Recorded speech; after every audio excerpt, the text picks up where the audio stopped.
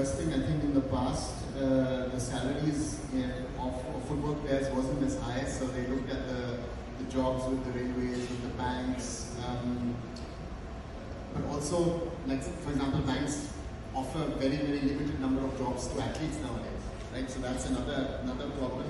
But in football, if you talk about the top level footballers, their salaries are very, very high. I mean, the top level Indian footballer earns even sometimes more than a player in the Spanish La Liga.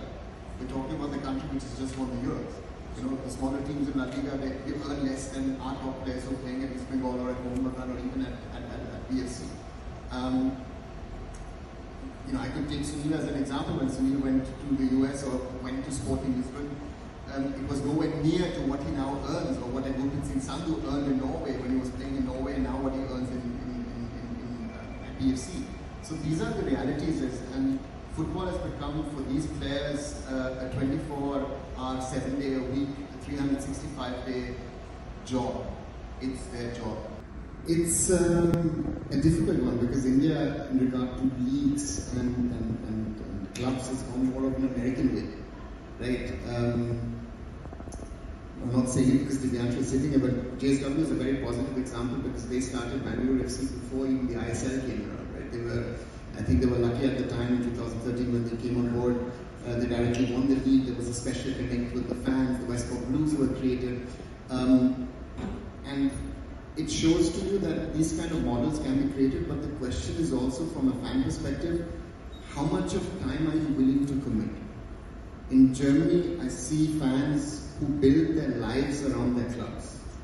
They pick up jobs in a way that they're able to watch all the matches that their club plays. I mean, I know, I've worked for Bayern Munich in the past, I know a fan at Bayern Munich who pre-COVID for 15 years watched every match of the first team. And he interestingly once traveled to India to watch a match of their B team in Kolkata, but ensured that the day later he was in Stuttgart to watch an away match of Bayern against VfB Stuttgart. But then said, you know what, I want to see the final of the IFA Shield. Our team was playing. He came back to, so in 3 days, he was watching a match in Kolkata, the next day was in Stuttgart, and the next day he was back in Kolkata, and he paid it all out of his own pocket. Nothing of involvement from the club side. So is that commitment there from the fans to say, am I willing to spend? Divyanshu just mentioned sustainability, and that's the question that an Indian fan needs to be asked. Are you willing to spend 200, 300 rupees on a jersey which is fake? Or are you willing to spend, let's say, 2,000, 3,000 rupees on a jersey of an Indian sporting franchise team? That itself is a question, right?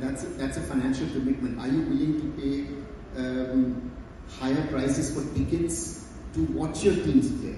In a lot of places in India, fans actually want to see matches for free in an ideal case scenario. So how does this say that if you want to be part of the club, how much are you willing to put money where your mouth is? The media has a very important role to play. I think what I see very often when I take an outside view on things is, of course, that the media is very often driven when we talk about sports, we talk about cricket.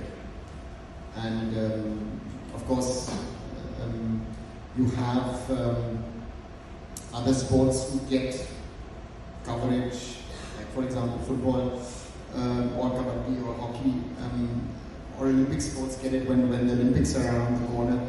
And it is something that, you know, what are the stories, development stories, what are these niche stories which can be taken out? Because I think the media landscape is also changing dramatically at the moment. You will know it yourself. I think maybe you do more social media than you do your own media work maybe.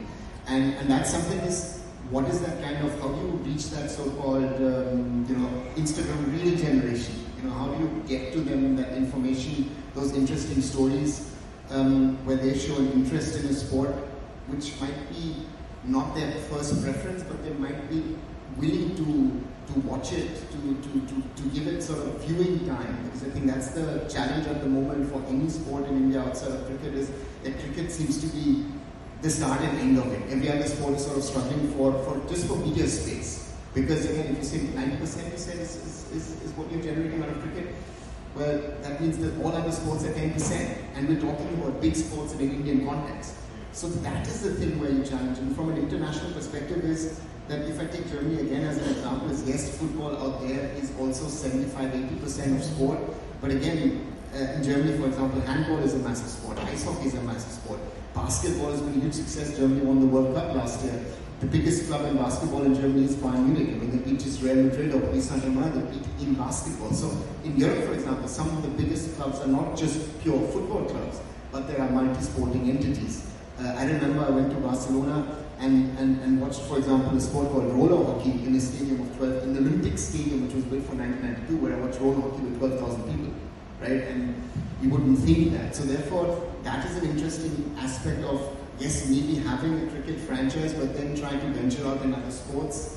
Not only you, there are other examples as well, like Mr. Goenka is doing that as well, where maybe cricket is your anchor, but maybe spending on other sports at the moment to build something, and maybe build it in a way that it is something where you can generate revenues, and that's where the media is sort of a tool, a very important tool of what you transport and what you get across, not only classically in a newspaper or television, but especially I think on social media these days.